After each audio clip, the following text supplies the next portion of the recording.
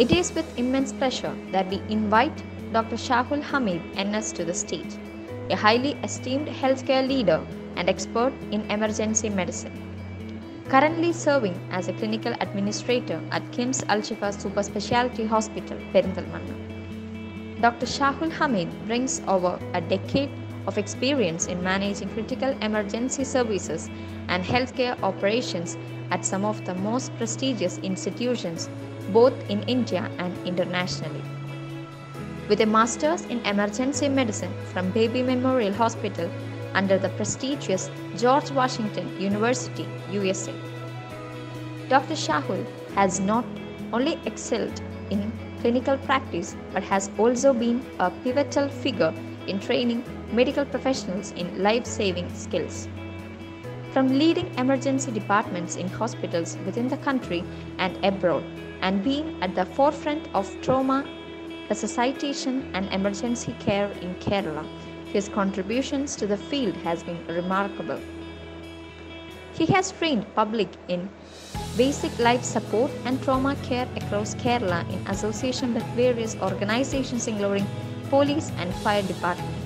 Today, we have the unique opportunity to hear from Dr. Shahul Hameed, whose deep expertise and dedication to healthcare make him a guiding force in emergency medicine.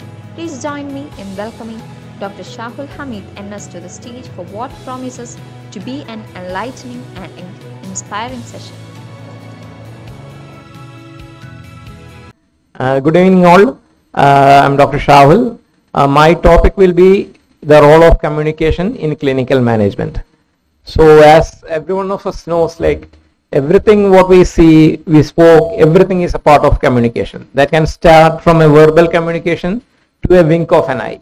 So my topic will be mainly centered this communication in the clinical aspects. I know some clinicians are here, but this same principle can be applied by everyone in every field of their life.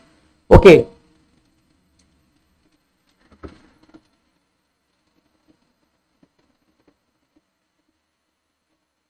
Okay. So like I'll be discussing the topic under this following headings, like to start off with benefits, and then the key communication skills, then clinical management applications, barriers to effective communication, strategies to overcome this barrier, and best practices. So what are the benefits? So what are the benefits of this?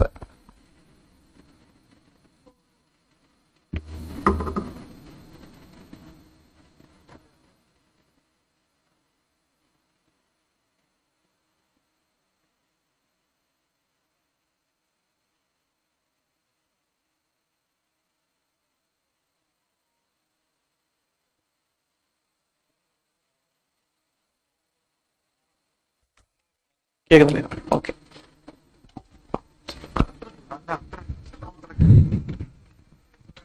Ready? So what are the benefits? So like under benefits comes improves patient understanding and adherence to the treatment plans. So like initially when a patient comes, like they will speak to you. They will speak to you about their health condition. This is very important part. So like we will be busy with our thing, but patient is the first patient coming to us, and like for us, like he wants us to listen to what he is telling.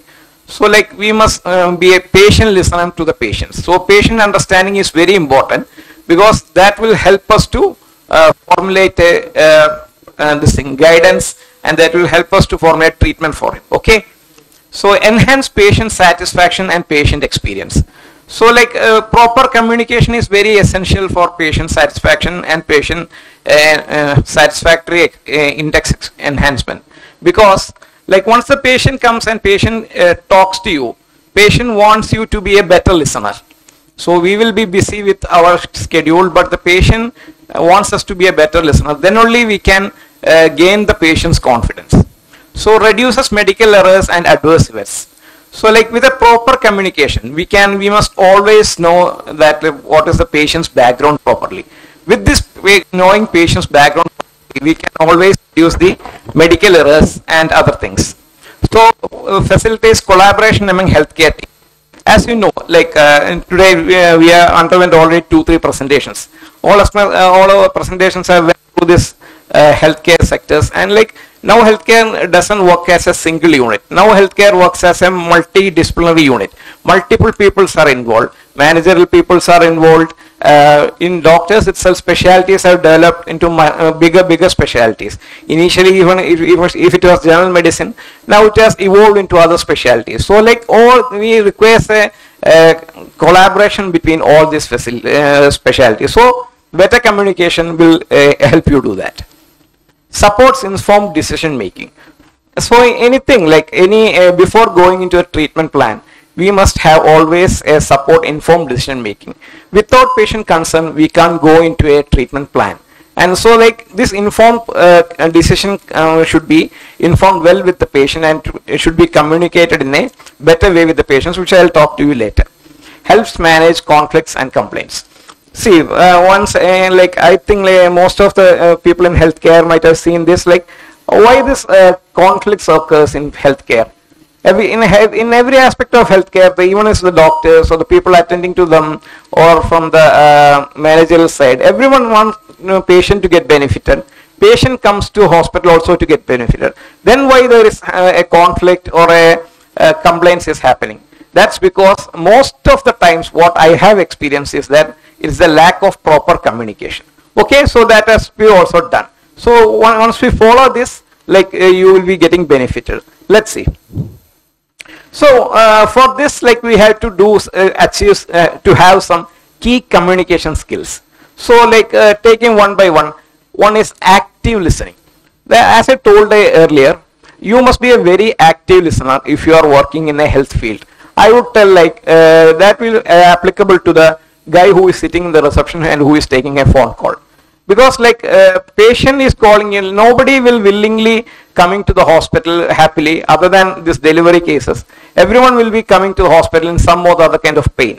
So they request your active listening. So we must be patient enough to listen to your patient because they are in a grievous situation. So we must help them. So we must lend our ears, we must lend our time, we must lend our all our time and all our expertise to them, so that they will feel comfortable. So then only they will feel confident in us. Okay, so that is a very key communication skill, active listening, rather than like when the patient starts speaking, you don't haste to get into a conclusion. Let them speak, we will hear, and that will give them confidence also. Okay, then clear and concise language. So like once the patient comes and once they're talking the thing, or in any aspect, like while getting into the hospital, or they're talking with the clinician in the OP. So like the communication has to be very clear with them, rather than beating around the bush. You must tell to them properly, like so and so is the thing. So your communication with the patient should be prompt, and the communication should be very clear, and it should be concise, rather than speaking the whole thing and missing the main point. It should be concise, and it should be towards the point. Okay. Empathy and emotional intelligence. This part is very, very important. I think like this upcoming people must look into all these things. Like when we study medicine, like when we come to our teachers, we saw them like very empathetic towards their patients, and that's what the training we received. And now also it's like that only, but some people, like not everyone will be trained the same way. They take this as a job. Like the healthcare industry is unlike other jobs. That healthcare industry is a different job. Like any part of healthcare, not only doctor, be it a nurse, be it on manager, be it on administrative side. Healthcare industry is different. People are coming to this industry, like as I told you earlier, like they will be having their own concern, they will be having financial constraints, they will be having family problems. All these things will be there. So like once upon, even if they are telling you some difficulty, if you tell to get them admitted, or if you tell them so and so, they will tell you like, should it need, do we do that, do we need it now, can we come tomorrow? They are telling to you like that because it's not that they don't want to get admitted, because they will be having some more other issue. So you must approach to them in such a way, in a way of empathy. Like you must understand that their difficulty, rather than going on telling them like you must admit now only, otherwise your problem and all. You should approach in an empathetic way. that is that should help the patient, or that should give the patient some happiness, or like some help from our hospital side. Okay, then non-verbal communication, body language, tone. So this is very important. See, as I told you earlier, like communication is not only verbal, it's a body language also. If you are sitting and listening to a patient while at the same time you are yawning, what message does that give to the patient? Okay, that message, like, then the patient can easily find out you are least interested in the patient, you are least interested in the patient's complaint. So like once your body language is very much important. So you're seeing a patient and like you are going to a bedside of a patient. So you are going to bedside of a patient and you are approaching a patient in an empathetic way, in a way, and by wishing the patient while seeing the patient feels very much happy, and like patient will very much relieved. Rather than you are suddenly going to the patient, why you came at this time of the night, like why you could have come today morning, or you could have come afternoon also. So like this body language, so this body language you are going to that kind of approach. So that is not good. Patient comes to a hospital because patient became a patient. So your approach should be very much empathetic. Your body language, your sound, tone, everything is very much mattered. And like that applies to every aspect of the hospital. Okay. Then open-ended questioning. So like while questioning the patient, like you tell, like when patients start talking, you don't interfere and block them by saying, you are going to tell this, I know that you are going to tell this, and like suddenly you are breaking the flow of that patient. Don't do that. Let them speak. Let them speak. Man, often, most of the times during the clinical practices, what we have encountered is like, it's from their history that even they might have forgot their history. Some from their history being the continuous talking, we will get that might have pointed out to be very valuable points in their further treatment plans. So like encourage the open-ended questions. Cultural sensitivity and awareness. See, in India, like we know this cultural sensitivity is a very important fact. But not only in India, like I've been to abroad and worked also, like everywhere throughout the world, there are cultural sensitivities. So you must respect that. You must respect the cultural sensitivity rather than telling it's always everything is same for every patient. No, it's not like that. You have to respect the cultural sensitivity of patients. You must be bold enough, or you must be you must have sense enough to understand that and to do according to that. Okay, sure. You must respect the cultural sensitivity of the patient. So like coming on to clinical management application. Clinical management application, history taking and assessment. So like it's mainly it's a clinical one. So like you must get a proper history. And like clinicians will be knowing what I am talking about. Like you must be getting a very proper history of the patient. This history includes patient's past history, history of the patient's present illness, and the kind of drugs patient has been taking now and she has taken in the past. So this history taking is very important, and history taking and assessment of the very same is very important. Okay, then diagnosis and treatment explanation. Once you get that this thing, taken the history, and once you've done the assessment, that is, once you've taken the proper history, you are assessed the patient properly, then comes the diagnosis. So based on your assessments, based on your history takings, and your evaluation and your investigations also, like you will be arriving at a diagnosis. Okay, once diagnosis is made, you have to explain the treatment properly to the patient. This is a very important plan, a very important part, because like often many conflicts occurs in this part, because we presume that patient knows like everything what we are trying to explain.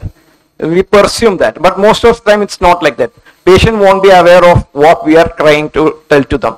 We are presuming, or we are assuming that patient knows the thing. No. So you can't expect, we are expecting that. So like some people will understand that, some people won't understand that. So like by treatment plan, you have to tell to them properly, like this is the diagnosis, or this is the differential diagnosis, or this is the provisional diagnosis we have arrived, and this is the kind of treatment we are planning to give you. Okay, and make them understand at the our treatment plan, so that they will be very much confident in us, rather than after 1 or 2 days we are going for a rounds and they are asking, oh doctor, you have started this medicine, I don't know why you have started this medicine, my that cousin told this medicine is for that. Okay, so try avoiding that. Okay, treatment explanation is very important. Medication management and reconciliation. So like it's a very important part in this thing, communication. Because medicine reconciliation, what will reconciliation by term we means what is a patient medicine, what medicines or past medicines which patient has been taking. So without a proper reconciliation thing, we will be missing on the medicines. As Dr. Khalil told on his presentation, like we will be having this doubling, missing, or like same medicines we are putting one duplication. All those things will be there. So we must have a proper documentation and proper communication in such a way that we must get all the medicines which the patient is taking at right now, and like is there a similar medicine we are planning to prescribe to the patient, or is there a while we are planning for a patient new medicine, this all medicine will have a drug interaction with the patient. All those things has to be considered. In the patient education and counseling, this comes somewhat near treatment explanation, as I told you earlier. So like patient education is very important. Like nowadays, like it has been mandatory, even courts are telling more on that. Like previously we used to tell that to patient bystanders mainly, but it's now like if at all like if a patient is conscious, if a patient is oriented, and if he or she can make decision on himself, you must tell the thing to the patient himself. So you must educate the patient well and counsel the patient well of this condition.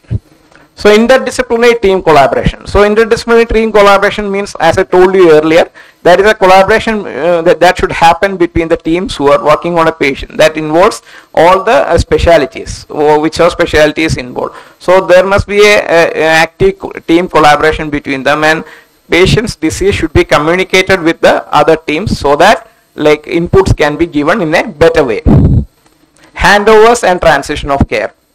This again, like those who are working in health field, mainly in clinical side, can easily understand what I am pointing out. Handovers, like we know that like in patients who are getting into ICUs or like on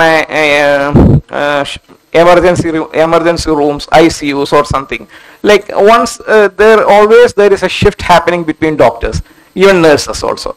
So like so once you have been taking care of your patient sometime and your shift is about over, and so next person comes in. So like you know about this patient and you have to give a proper handover to the coming patient. Then only can the other person can take over the patient properly in a correct way. But mostly what happens is that like mostly nursing side is happening good, but sometimes like even doctors while taking overs and all, like they won't be getting proper handovers. Solely like we have implemented these transitions of cares will be in writing notes. So like once you give talking about the patient care, you must properly give the handover to the next person so that you won't miss anything. So that communication is a very important part from the patient's care. So conflict resolution and complaint management. Again, so like conflict resolution and complaint management also it's a extended part of healthcare. So without proper communication, often this happens. So what are the barriers? What are the barriers which you are facing for this effective communication? So we have discussed. So language barriers. So language barriers is definitely one of definitely it's a great communication barrier. So like often like in here we are always, most of the people speak Malayalam. Language barrier won't be the same. But even though some terms while you are using, you must be very careful, because like every person won't be taking everything in the same sense. So you must be very, very careful while dealing the person, and the kind of language you are using. That must be also taken very well. The kind of language you are using, the way you use your language, that everything depends upon the patient care, patient satisfaction and all. But if you are going abroad, this language barrier can be a bigger barrier. No person will prefer always English. Like will you prefer always to speak English in your own place? No, nobody will. This will be the same in Arab countries or any other countries where they regard their language as the primary language. So their language barrier will be a problem. So like you can overcome this, like I'll come to that later. So cultural differences. So cultural differences is also another barrier of communication. So different people having different cultures, you can't take everyone to be having the same way of behavior towards you. So you must behave to certain people in a certain way and certain people in a certain way, in such a good way, so that you won't get offended. So hearing or visual impairments. So those who are having any hearing impairment or visual impairment, there is a definitely barrier of communication between us and them. So we have to overcome that also. Cognitive or mental health limitation. It won't be the same like you are talking with a normal person and other person who is having a cognitive or mental health limitation. So there is a definitive communication barrier. Time constraints and workload. So this I told you earlier also, time constraints and workload. Like while you are communicating to the patient or patient bystander, you will be busy, or like your shift will be getting over. But at the time, like if you are talking to them in a busy way, or if they feel like you are going to somewhere, like that itself can be a breakdown of communication and go into a conflict. Okay, so that you must be very careful. Technological challenges like EHR. EHR is electronic health record. So like this technological channel, what is meant to be is that like now we know like most of the place we are maintaining electronic medical records, even we are maintaining here. So but like some places or at some places or some people, like they fail to take this. The problem is that like once the patient comes to you again, like you won't be getting the patient's back files, and that will be a problem for us, and that will help the patients, that will be adversely affecting the patients, this healthcare management. So what are the strategies to overcome barriers? So like what are the strategies to overcome this communication barriers which I mentioned earlier? One is like use of interpreters or translation services. See, like this won't be a problem here in India, like where most of us speak the same language. Like, but in other places, if you are going abroad and all, like you can use interpreters or translation services. Like I feel like interpreters are better than translator services, even though sometimes you are working in GCC or something. Arab Chinese people often comes there, and they are very well known about all these things, and they will be having all the apps in the phone, and they won't talk you a single word. They will just say in the app and they will give the phone to you. That is a way of communication that is happening. That can happen. But what I feel the better thing is always a translator will be a better thing. Cultural competency training. So cultural competency training means like as I told you earlier, like you must be smart enough to know the things like different people having this different cultural sensitivities. So like you must be having a training. What it's meant by training is it's an awareness. You should be knowing that so and so cultural background has to be dealt with that. So that can help us. Simple language and visual aids. Simple language, like don't try to complicate the patients by using this bigger terms.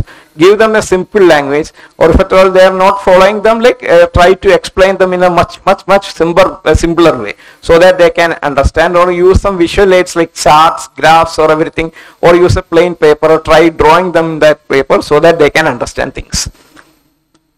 Patient advocates and support persons. That's often we come across like patient advocates or support person, where once you talk to a person, like if he or she or the patient bystander can't follow the thing properly, there will be a third person will be there who will be help us to support us, like who is an acquaintance of the patient or the patient bystander. Technology.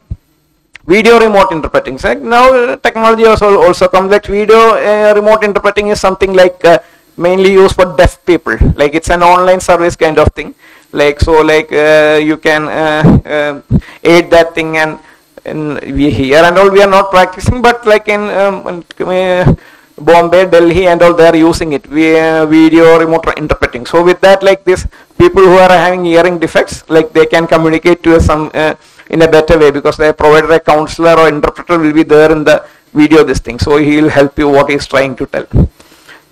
Regular communication skills trainer. So like people who are working in this area and they're feeling like they require much more skill or communication or better understanding, they should do that communication skill. So best practices. So what are the best practices? So like establish a clear communication protocols. So like clear communication protocols means like that it depends upon the institution. So if you want to having a communication breakdown, or if you're experiencing multiple communication breakdown and all, then like you focus on that area and like establish a clear communication protocol. You make a protocol. Every institution can make their own protocol how to address a patient or how to address a patient initially. Okay, if you are getting continuous, this communication breakdowns. Encourage open communication channels. Okay, always like if at all like patient or patient relatives or bystanders or anyone asking us to, encourage them to ask us questions rather than block their questions. Always give them a chance to communicate with us so that we can help us. Foster a culture of transparency and respect. So like whatever we are telling, like always true to yourself and be transparent. Okay, if you are trying to hide something and all, people are smarter than us and they can easily pick you up. So like always be very transparent with the patient, and like that they will give you a respect for that. Be transparent with them. Tell them the thing properly. If at all some error has happened with you, admit it. Tell to them like this has so and so has happened, and communicate with them properly. That will be the good way, and that is the correct practice also. And give the patient or bystander the respect. Only once you give the respect, they will respect you, or you don't expect us to respect us.